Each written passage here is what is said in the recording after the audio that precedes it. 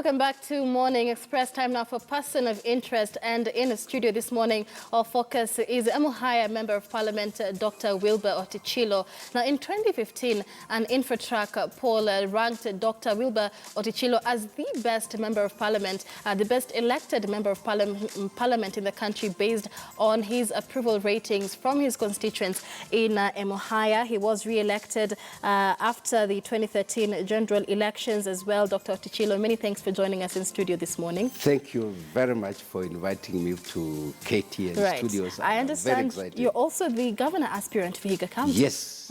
Yes. 2017. Yes. All right. Let's begin with this InfoTrack poll, best member of parliament. Yes. I mean, how credible is this poll to begin with?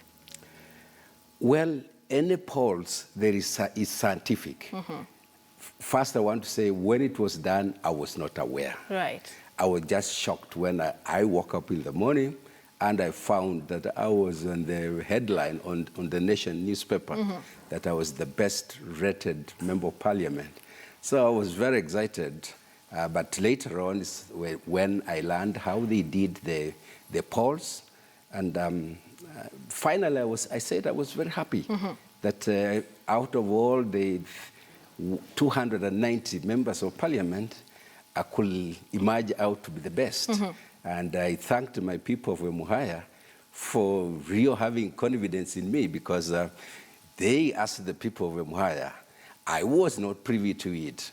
And that showed that the people of Emuhaya had confidence in me. And indirectly, the people of Emuhaya were saying that I had done a good job for them. Right. So I was very excited. And I wasn't surprised, actually, because in 2013, I was elected, overwhelmingly, without much ado. So I would say that that was a true reflection of what is on the ground in terms of what I have been able to do for my people of Emuhaya since I was elected as a member of parliament in 2008, after the former MP, Honorable Kenneth Marende, was appointed the Speaker of the National Assembly. I must say I have done very well, and I'm very proud about it. Yeah, you will blow your own horn. I mean, that's the spirit of democracy, when Kenyans elect you and they're happy with the work that you're doing. Yes. But what would you say then is the secret to your success? Because out of the 200 and something members of parliament, like you mentioned, very few made it to the top 5 list. I think the secret to my success is that I'm simple, I'm easygoing, and I interact with my people very easily. Right. I can tell you, if you come to Emuhaya, I just came from Emuhaya last night. If you come to Emuhaya, you may not differentiate me with the rest of the people in Emuhaya. I stay in a very simple manner. And the best of them all is that when it comes to development, I sit with my people, we look at the challenges that each community is facing, and we jointly agree on what is the best program to do or the best project. And after a project is identified by the local people themselves, we do the normal procedures that are required. And finally, we give the money to the people to implement the projects. So actually, I would say I'm one of the first people to implement devolution before even devolution became operational in 2013. And it's an impressive track record which we'll be speaking about in more detail. But before you ventured into politics, you were doing something very different. In fact, many articles describe you as a space scientist. Yes. Talk to us about your background before politics. Well, it's amazing that I have traveled a long journey. When I left university, I was in Makerere University, and I learned agricultural sciences. How far back was that? Way back in 1974, 75. Right. And then from there, when I graduated, I worked as a research scientist with the Kenya Agricultural Laboratories at Kabete from 1978, 79. And I was a plant pathologist, or a doctor of plants. Right. And I diagnosed diseases in plants and prescribed medicine or drugs for them. But later on, I got interested to do more exciting because laboratory work, you spend most of your life in the laboratory. Right. So one time in 1979, I saw a job advertised by the Ministry of Environment and Natural Resources where they wanted people to train as ecologists, wildlife ecologists. And I said, wow, being an ecologist is staying in the wild, being in the bush, being away from the laboratories, looking for bacteria and fungi. So I said, this is something I should do. Right. So I applied. And luckily now, I got the job. So I left my job as a research officer with the agricultural laboratories and joined Ministry of Environment and Natural Resources. And I trained as an ecologist because my training in the undergraduate dealt with the natural sciences. So we did a lot of, I went for short-term training on how to identify wild animals, on how to identify plants in the wild, how to identify how animals live, and how to count them. And the most exciting thing was that we were trained, and I'm among the first people to be trained in Africa on how to count wildlife from the air using a light aircraft. So it was exciting. You can imagine I had never entered into an aircraft. So here I'm being trained on how to identify animals. You are in the air and you are looking down. So this was the dream for you? Yes. Oh, wow. I felt this is where I belong. Right. And I can tell you I did very well. I became one of the best ecologists and one of the best researchers that have been done in this country on wildlife in the country, on mapping of our forests, mapping of our rivers, mapping of our land resources, soils, and so on, name it.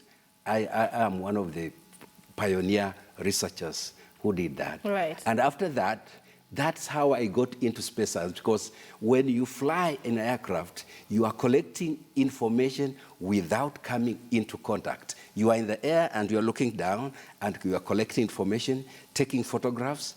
So that in science is called remote sensing, getting information without coming into contact. Right. And from there, I was then sponsored by the ministry to go to Netherlands now to learn remote sensing. Now we're collecting information not now from the light aircrafts, but from satellites. So that's how I got exposed to how satellites collect information. Right. And you know, we have so many satellites. We have telecommunication satellites, like you people in the media. You use telecommunication satellites for communicating. All these sports, they are all related through satellites. But we have also satellites, many of them in space, which are called Earth observation satellites. So I specialized in Earth observation satellites.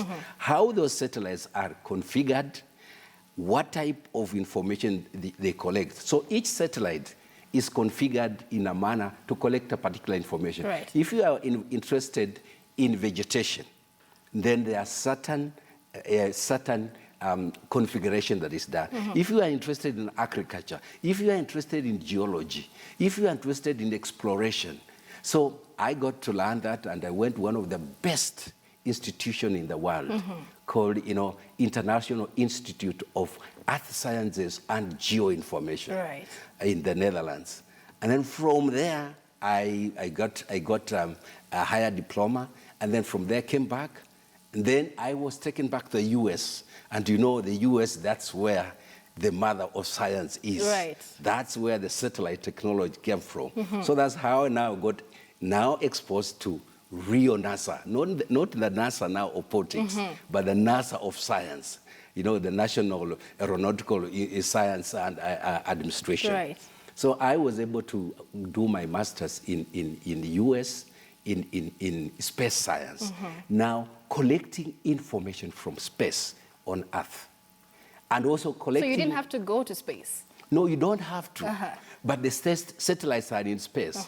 But those satellites collect information and relayed on the ground through Earth receiving station. Like, for example, here, your telecommunication. All the information that is collected is related to the Longonot station in the Rift Valley, and then it put on the landlines, then you get it. Right. So you don't have to go to space. The satellites are there.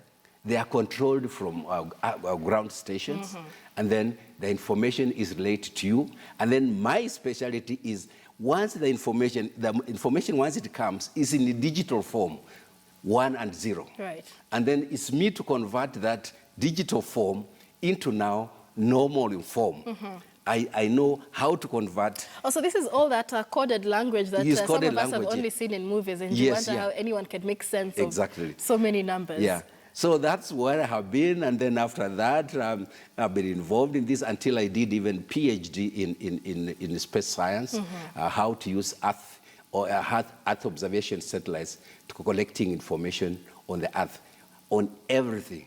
And I can say I'm one of the few specialists in Africa in that area.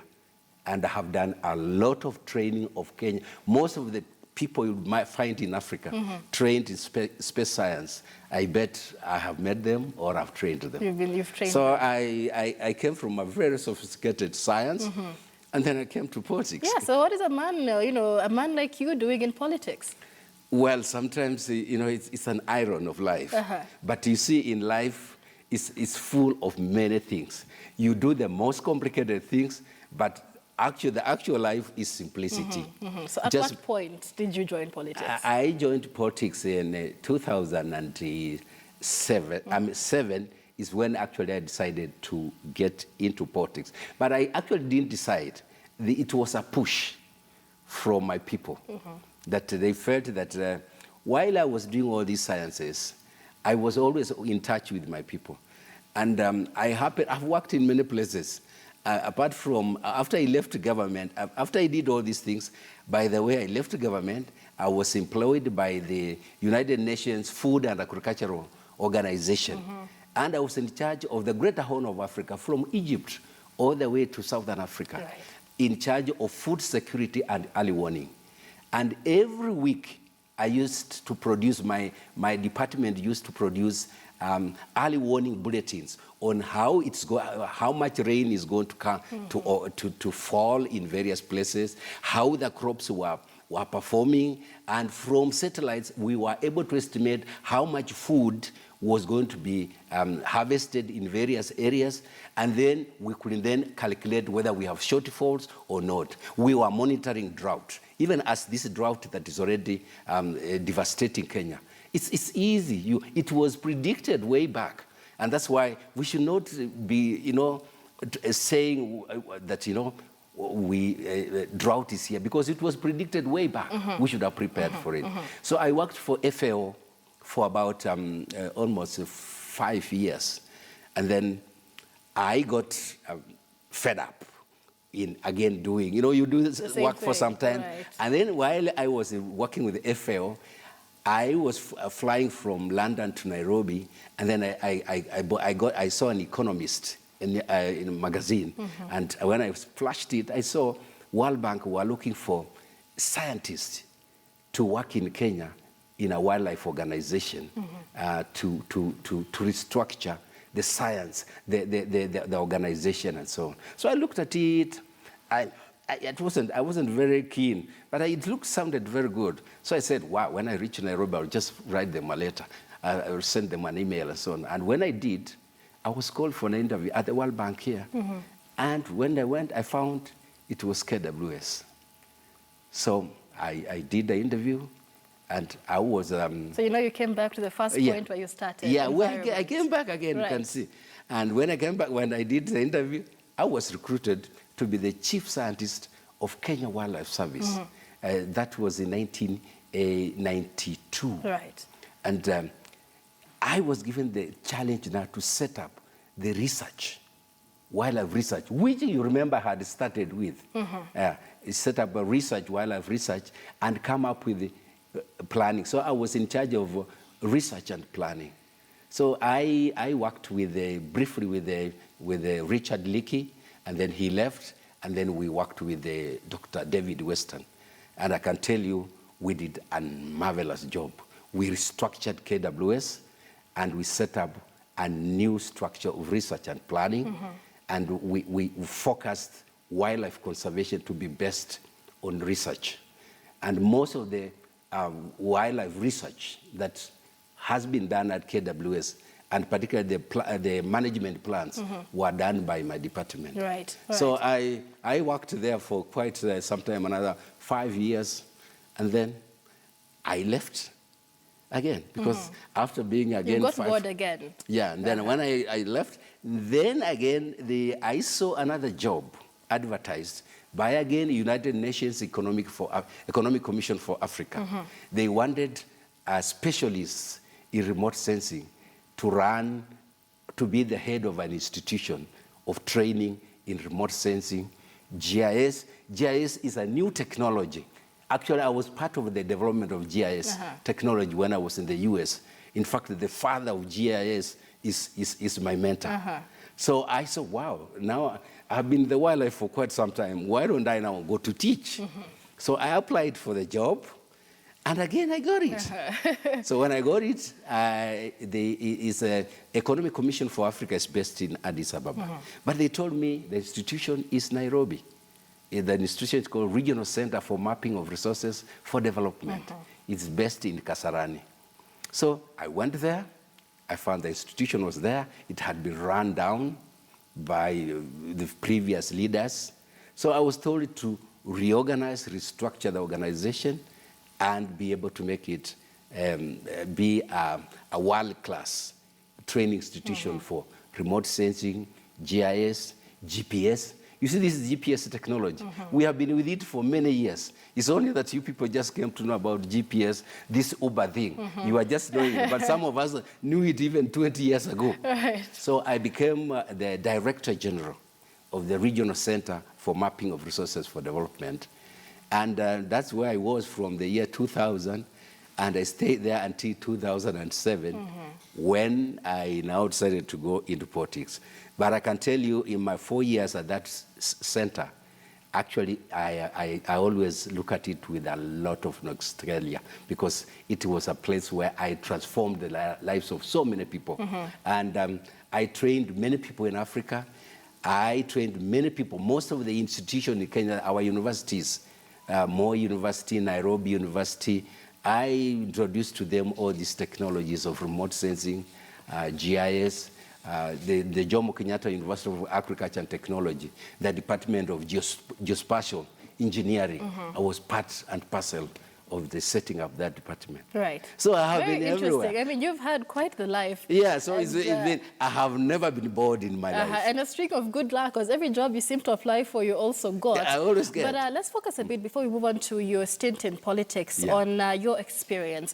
Because other than being an environmental scientist, right now in Parliament, you're also a member of the Committee on Environment and Wildlife Resources. Exactly. Is it? And I've done very well. I'm the architect of the Climate Change Act. Yes, actually. And Climate Change Act is Kenya is the only country in Africa that has come up with the law, legislation. And this is something that I pushed immediately I got into Parliament. Also, when I got into Parliament, we have not said how I got it there, but we will get there. Also, when I got in Parliament, one of the things that I had been yearning to do is to ensure that we have a new Wildlife Act.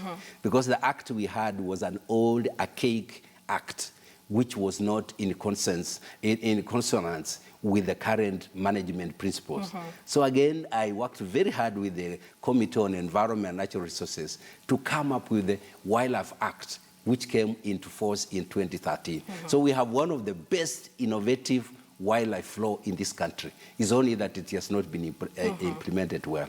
And then again, I'm a person who is so enthusiastic about technology. When I got into Parliament, there was this law on Biosafety Act. This, we have heard about these GMOs, genetically modified organisms, or genetically modified crops and animals. And I'm a fanatic of biotechnology. So I found that this law had stalled in 7th Parliament, 8th Parliament, and the 9th Parliament. On 10th Parliament, when I came in, I really started pushing it. And we pushed it, until we made it become law. And we pushed it simply because it was just misinformation. People didn't understand what Biosafety Act or bill wanted to do. Because people were so scared about GMO, genetically modified foods. People are told that if you eat genetically modified foods, you may become sterile if you are a man, or you may look funny, or you may cause cancer or whatever. But the law was aiming to actually control the introduction of genetically modified products in Kenya. So they do not have the side effects that many say they do? That's a different subject. You need to call me another time to talk about it. But what I want to talk about, that Biosafety Act, the act was there to ensure that for any biotechnology that is done in this country, it is done according to international standards. Any product that is biotechnologically engineered must be tested before it's put in the market. So I was able to convince members of parliament that, look, while you are refusing to pass this law, it is the best law that we should pass, because then it allays your fears. No product will come into Kenya without being tested. And it passed very well. Right, that's great. So, I have introduced many motions in parliament which have gone through. We'll be speaking about those in just a minute, but I wanted to focus a bit on your work in environment and the fact that NEMA gave the go-ahead for the construction of the second phase of SGR earlier this year, something that environmentalists have protested against. I'm sure you're one of them. Yes. But why? I have fought this. First of all, I started fighting in Tenspan, the Southern Pipers Road, because the Southern Pipers Road, where the road had been planned, people had grabbed the land. So now, when it came now to re-effect the road, they had to get into the park. And I can tell you, in the 10th Parliament, I put a motion and we stopped it. But when it came to 11th Parliament, I think the 11th Parliament, people didn't understand it much, how to push. So I tried to push it, but it was not possible. So the Southern Pipers, quite a part of it is in the national park, which is against the law, but it was done. So anyway, you've been quoted saying that this decision will spell doom for Kenya. Yes, yes. What do you mean by that? And particularly the SGR, from Mombasa to Nairobi, and particularly through the Tsavo National Park. By the way, I did a master's degree on elephants, and it's called population. A master's degree on elephants. Population dynamics of elephants in Tsavo. Right. So I know Tsavo is on my fingertips, and when I talk about it, it's simply because I know the place very well. When they put up the SGR, the way it was designed, it was to be so that when it's passing through Tsavo, it was to fly over. It was not to be on the ground. Right. But when they came to do the actual construction, they made embankment. So basically, Tsavo West and Tsavo East is one ecosystem. It's one park, just cut across by the road. So animals move across. But now, when they came to build the SGR, instead of having the railway fly over, be a flyover rather than down, so that the animals can move without having to bother. Yeah. If you go to the Tsavo River, that's how, I don't know whether you have got to. If you go to Tsavo, you see the railway is up there. High, it's suspended up air in the air. That's what we're supposed to do, so the animal could just move. But I think because these guys wanted to cut costs, and for some other reasons, they made embankment, so that now they cut the park into two.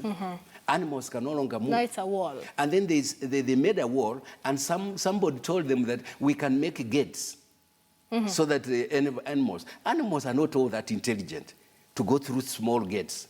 You imagine, even we very intelligent Homo sapiens. Homo sapiens are real us. Yes. when they make even flyovers over the roads, we refuse to go through the flyover. We still want to cross. So how do you expect animals through small gates? So that's what the small gates they made. Animals don't see those gates.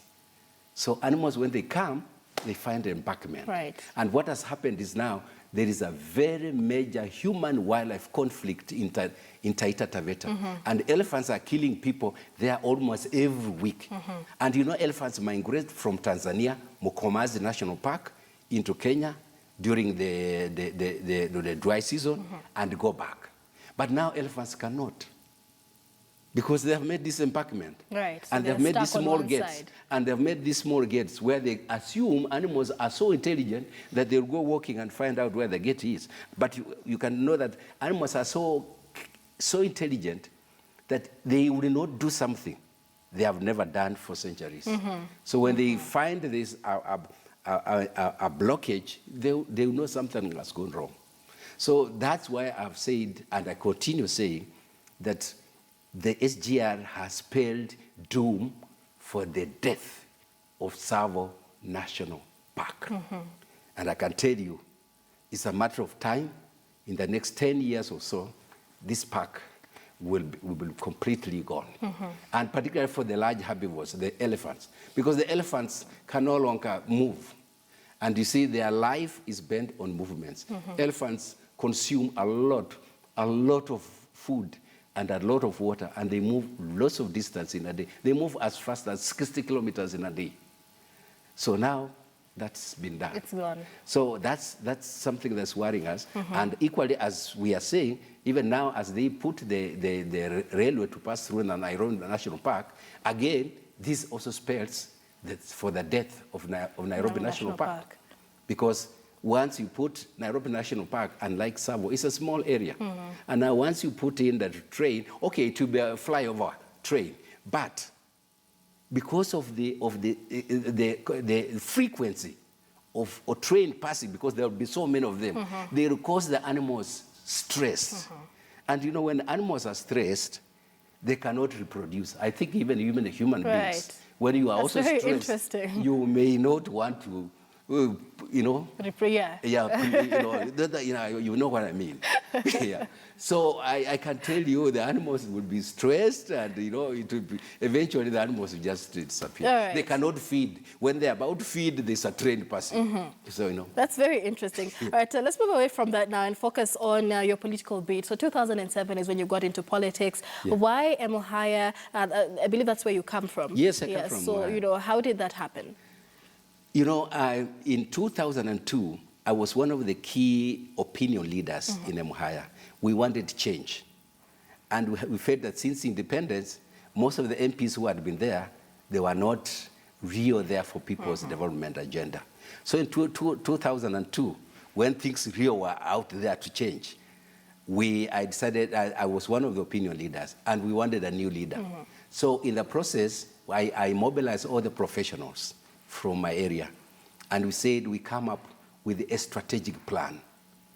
And then so we sat down and did a strategic plan. I brought all sorts of people, agriculturists, doctors, veterinarians, you know, social scientists. We sat down and did a strategic plan. After we did that, we said we want somebody to implement this. So in the process, we identified our good friend, Kenneth Marende. He was a lawyer in Mombasa. So we identified and said, you are the guy, you are a lawyer. Lawyers are very smart in talking and in writing and blah, blah, blah.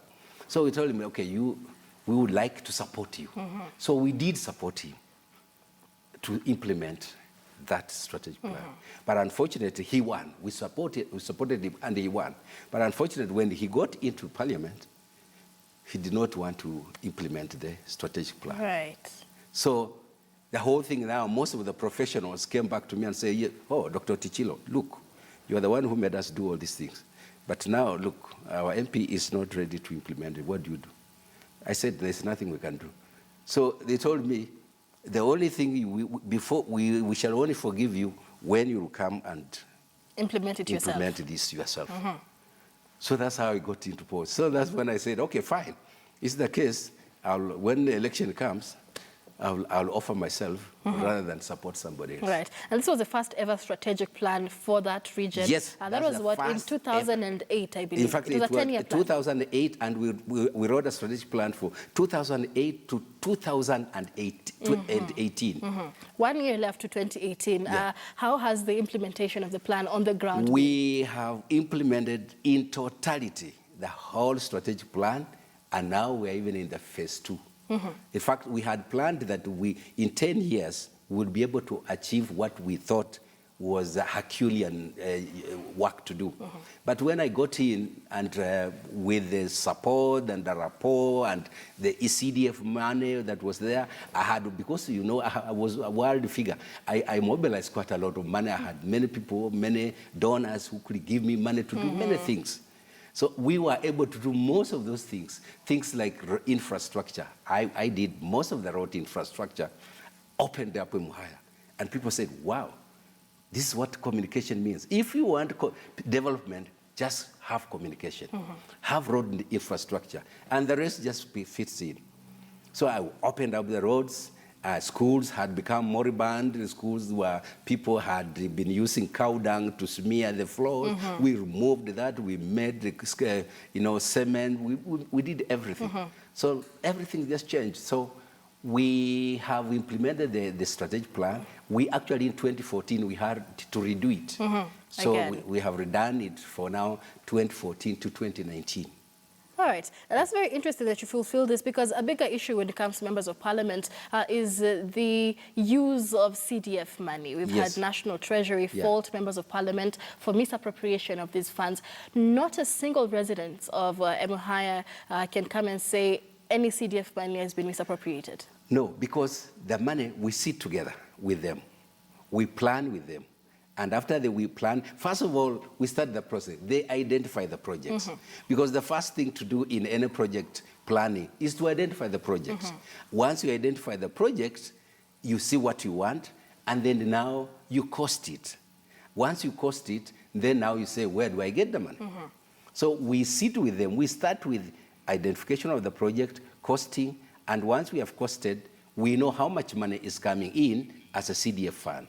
And then we tell each community or each people, prioritize your projects, because you cannot do all the projects that are go. So each community A would say ours is the school, community B would say ours is a dispensary, community C would say ours is probably a social hall. So once we do that, when the money comes, we identify what is called project management committees. I don't want to do the project myself. Once we identify the project management committees for each community, we then train them on how to implement their project. We train them on basics of BQ. BQ is a bill of quantities. How do you quantify?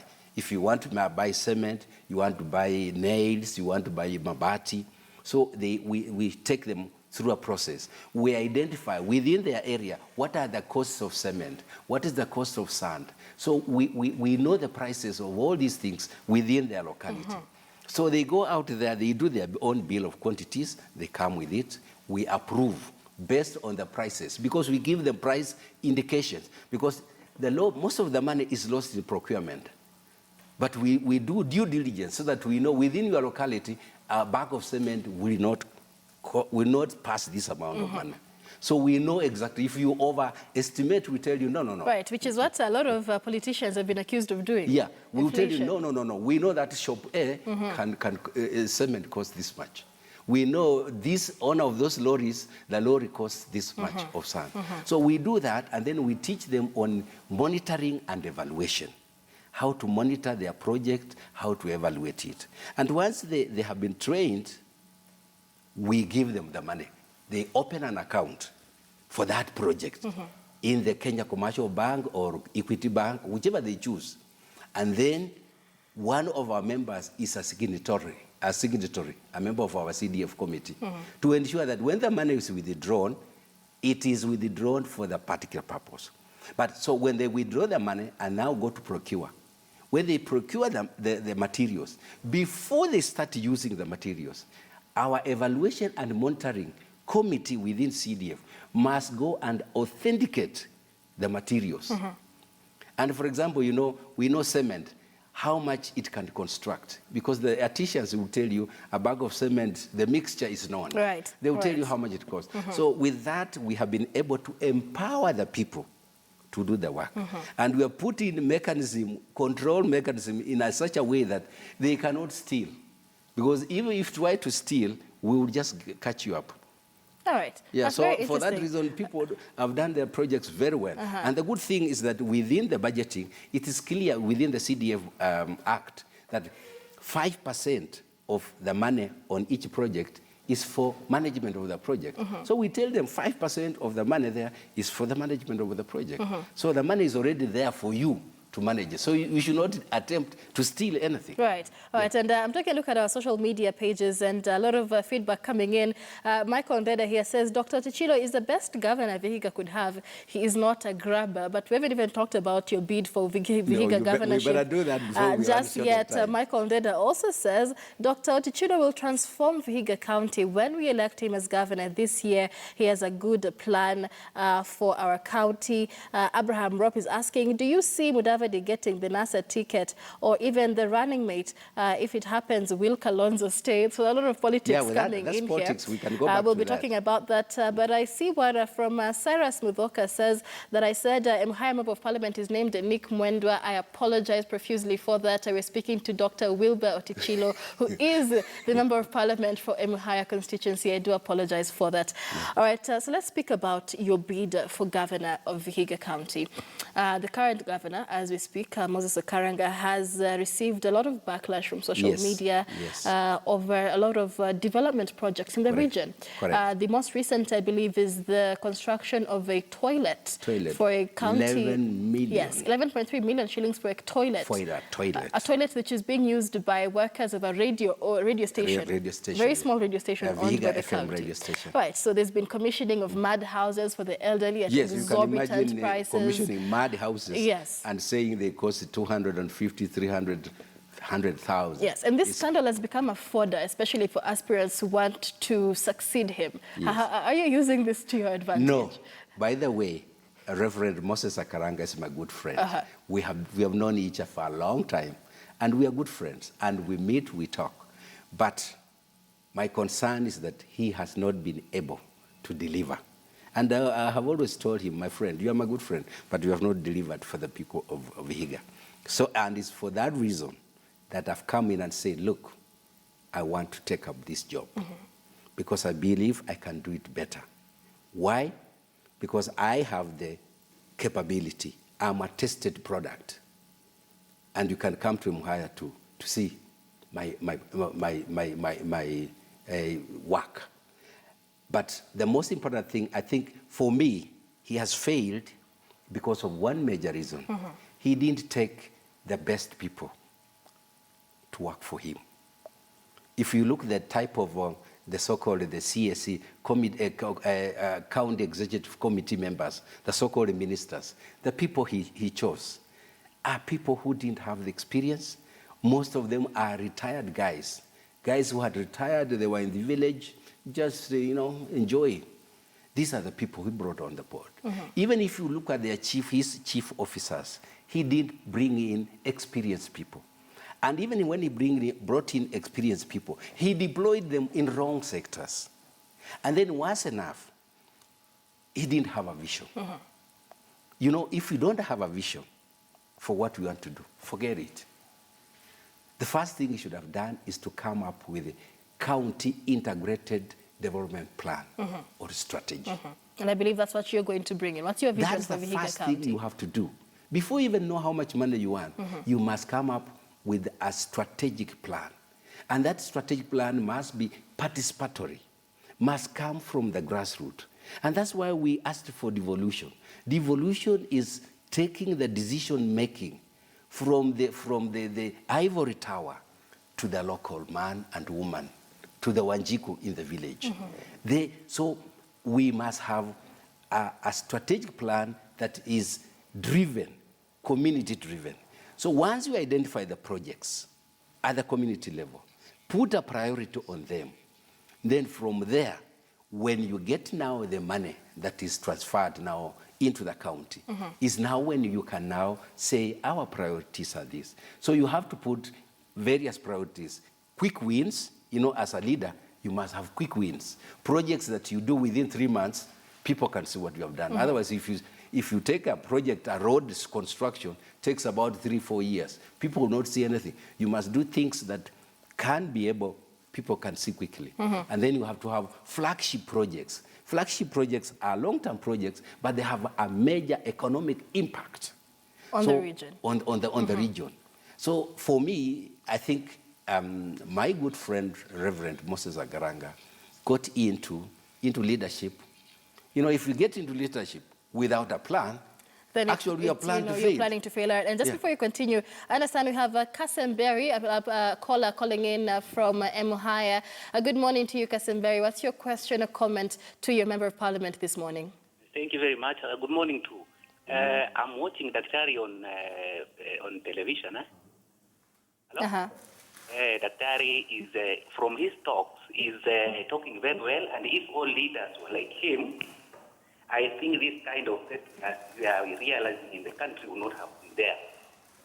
And if he really says what he does there, I'm thinking that Daktari is the best governor we shall ever have.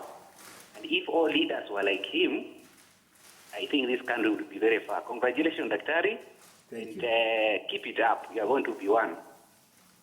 All right, many thanks, Kasemberi there. So that's among one of your residents. We're very happy with your progress and your development progress for Emuhaya constituency. But we're talking about your bid for governor and what you would do differently from current governor Moses Akaranga. Yes, I have. In fact, I can give you my strategic plan here if you had the time, because it's all in my head. The first thing I will do when I become the governor is to call all the key stakeholders to a conference, to come together and have a healing process. You know, after election, there is a lot of fights. So the first thing is we'll bring all the elected people who will be elected, MCAs, members of parliament, the senator, we'll all sit together and say, hey, ladies and gentlemen, election is over. Now it's work. Let's sit down. Let's forget all our differences. Let's now focus. And the focus now will be, let's now focus on the development agenda of our county. All right, and our county, incidentally, we have 3 clans. We have Banyore, we have Maragori, we have Tirigi. Historically, we were one district called Vihiga district. Historically, there has always been friction among these 3 clans. There has always been blame, these are getting better than what. So one of my first agenda is to create cohesion and integration of these 3 clans, so that we now say, we forget about whether you are a Munyore, a Maragori, or Tiriki, or Terek, or whoever.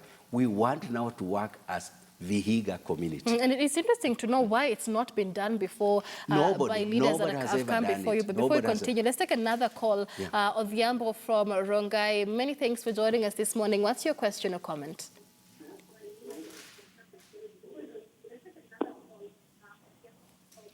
Odhiambo, good morning. Many thanks for joining us on Morning Express. Do you have a question or comment for your Member of Parliament?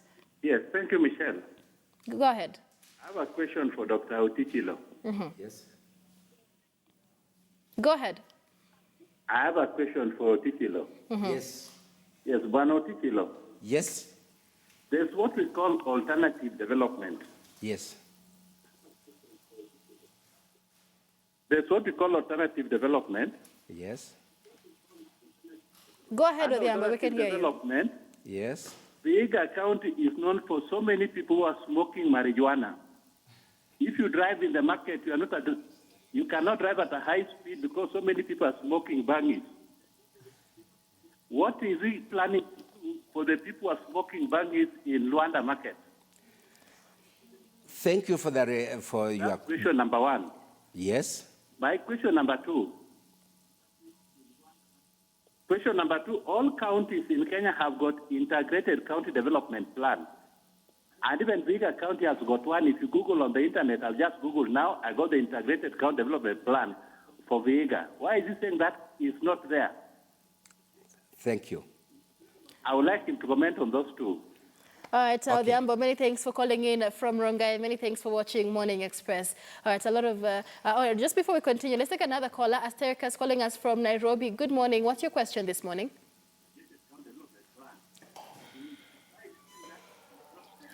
Asterika's joining us from Nairobi. Good morning. Can you hear me? I can hear you. All right, go ahead. Yeah, I want to talk to the area MP. Go ahead. Yeah, good morning, honorable member. Good morning. Yeah, my name is Aristarchus Opela Amianda. Yes. Yeah, I can hear you, Michelle. All right, Yeah. go ahead. Congratulate my area MP of Emuhaya. Yeah, one thing I want to congratulate him is the project he has initiated in Emuhaya constituency. Next thing, I want to inform the area MP when he comes the governor of Vihiga, the only thing we want for him to do for us is to initiate that road from Luanda to Esirulo. Okay. Since we were born, we have never touched on tarmac road there. So if he does that one, we shall be very happy. The third thing is that at Luanda area, we want to be a good town, like the parking of the trailers on the road, because we must have a good parking in that area, because by the time we move around there, you can find the trailers are just parking on the road, and we have some buildings, mamas are selling there the goods, so it normally goes to be a dangerous zone area for the businessmen. Thank you. Thank you. All right, Asterikas, many thanks for calling in to Morning Express. All right, so let's begin with those two questions that have been raised. We begin with Odhiambo from Rongai. He was asking, I know a lot of youth in I know what Emuhaya smelling smoking I want bang. to tell Odhiambo, yes, some of these youth, they take bang or smoke bang because of frustrations, having no jobs. So one of my aim when I become the governor is to ensure that we create enabling environment for the youth to get into entrepreneurship programs. We have a lot of our youth who have gone to colleges, they have diplomas, they have degrees, but they have no jobs. So some of them who have taken to smoking bang is out of frustration. And it's my wish and my vision that once we get into leadership, we should be able to have these youth get trained in various entrepreneurship programs, create empowerment fund, have them have money to borrow money, and get into various trades so that they can help themselves. Now the issue, he talked of having seen an county integrated development plan on the internet. I want to tell him that county integrated development plan that we have seen, those were model county plans that were done before the counties became operational. And they were done by the former transition authority, so that the incoming government would then take them to the ground and adopt them. But in our case for Vihiga, those integrated development plans were never customized. So what he's seeing on the internet is a generic a strategic plan that was offered as a template. Now, for the other young man, Asterikas, yes, from Nairobi. He talked about the road between Luanda and Esirulo. I want to tell him that the road is being tarmacked. We have already started tarmacking it from Ekwanda, and if he goes home, he can see the road has already been marked and is going to be tarmacked all the way from Ekwanda to Esirulo, and then from Mwichio to Sibuye to Buhuka. So I can tell you the road is under construction. I don't know the other question. Right, and we have one more question actually from Twitter. Martin is asking, what is your plan for the youth of Vihiga County? My plan for the youth of Vihiga County is this. I want my youth for Vihiga to develop lifelong skills.